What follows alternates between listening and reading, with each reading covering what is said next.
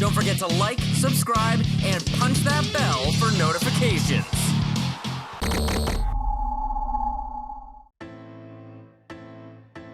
It is being billed as the truth, and that couldn't be more accurate.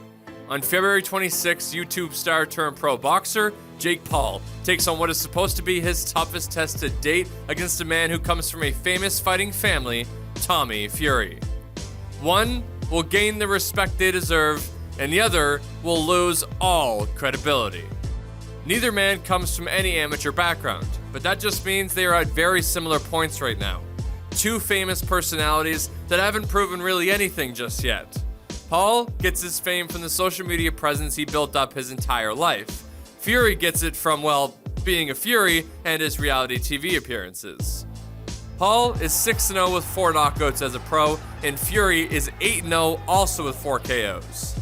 The problem child began his career in 2020 with 3 straight stoppages over guys who had never knocked somebody out with their hands. Then, he made the first step up in competition, taking on former UFC champion Tyron Woodley. And the step up proved worthy, as he went the 8-round distance for the first time and won by a close split decision. They decided to run it back, and Paul left nothing to be debated in the rematch by adding another highlight reel knockout to his tape.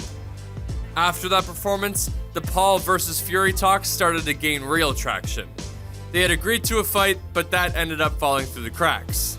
Paul moved on to another very worthy challenger in Anderson Silva, who had beaten former boxing world champion Julio Cesar Chavez Jr.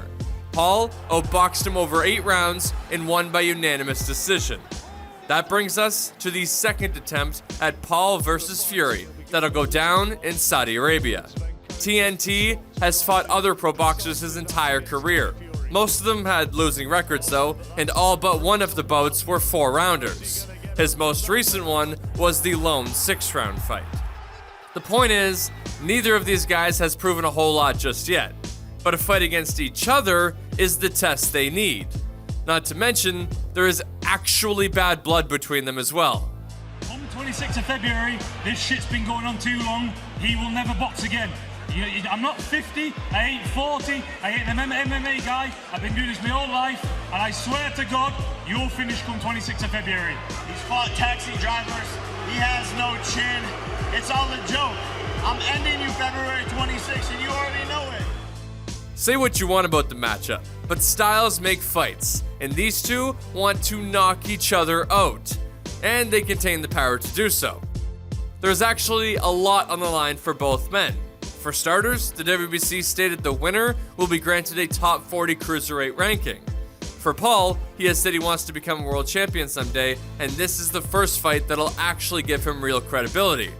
If he loses, all of his haters will think they were proven right, and all of his supporters will wonder if they were wrong the entire time. Not to mention the millions of dollars of loss that could cause him. Fury, on the other hand, has all the pressure from his family. The Furies have publicly stated multiple times they probably won't be able to respect Tommy if he loses, saying things like he can stay in Saudi Arabia, he will be disowned, he'll have to change his name, etc. A fighting family that's headed by the heavyweight champion of the world in Tyson Fury will not be able to come to terms with one of their own losing to a YouTuber. This isn't a fight for hardcore fans, that's not a secret. But that doesn't mean it's not worth watching. Bad blood, respect, wealth, fame. This fight will most likely end in devastating fashion, and someone's career will never be the same.